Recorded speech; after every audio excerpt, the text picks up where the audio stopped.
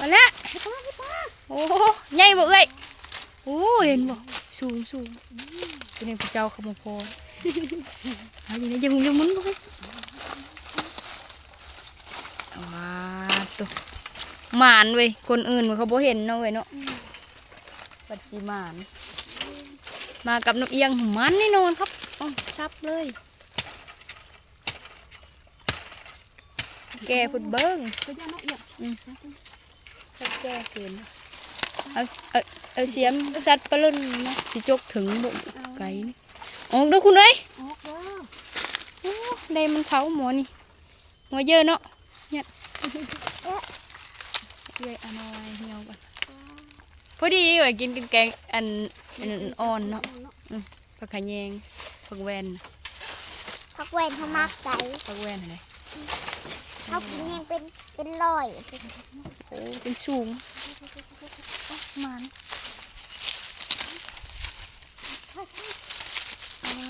จับยังเลย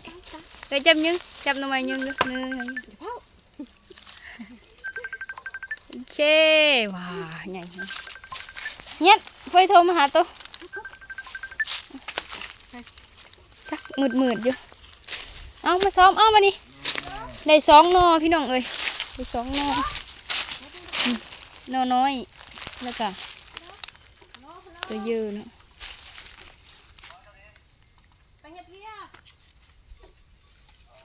คอยมาหาหนูไหมนี่ไปเส้นนี้ค่ะนี่ซ้อมมาซ้อมทำไมให้คุณจับได้ของดีนี่เอาเปิดมือกูเปื้อนให้สนี่เบิ้งดูมาซ้อมโอ้ยเจ้าเนี่ยกระไลลงหันแล้วพ่อมาไหมกูจะช้อนให้มันบังไหมพี่เปิดดีๆดูกองเปิดนี่โอ้ย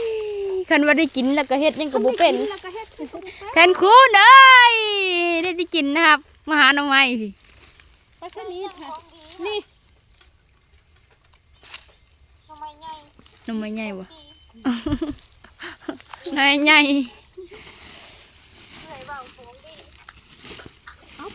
เมื่อวานนี้ได้ผักแวนมาเมื่อนี้มาหาหน่อไม้แกยิ้มใส่ผักแวนถ่ายอยู่เรื่อยๆเอามาแต่บ้านพักขย่าพูดล่ะอันนี้ตรงนี้นี่อันนี้พาโอ้ยเนาะไหลตลาดไปบ่งพูดอ่ะเนาะแล้วเจ้านี่โอ้ได้เนาะนี่ได้กินมันเผาอ่อนเลยก็เมื่อแล้วได้ซ้ำแล้วก็มาแกงรู้ละได้2 นอเลยดิได้2 นอคนมันมันเนาะเป็นเท่านี้เมื่อแล้วได้2 นอก็เมื่อเลยคนมันมันสิเมื่อแล้วขน้อยสิเมื่อแล้วแม่เอาเนี่ยแกงเหี่ยวเดียวนี่ก็เหลือเพื่อเลยเนาะอะไรยังวะท่านกูได้นี่กูเมื่อแล้วนี่คืออุปกรณ์ในการสับหน่อไม้นะทุกคนถ้าไม่มีอันนี้มันสับไม่ได้นะทุกคนนะเขามาเห็นนี่ป้าเพื่อมาเอานี่แล้วเนาะเนาะพอดีน้องมาได้หน่อไม้งามนี่พอดีได้หน่อไม้งามนี่อย่าสับหน่อไม้ครับทุกคนไปกระตากลับบ้านทุกคนเมื่อพอกินละพ่อละบายบายเนี่ยเฮียได้จะกินเนาะเยี่ยมก้อนนะคือจะมีเนาะครับ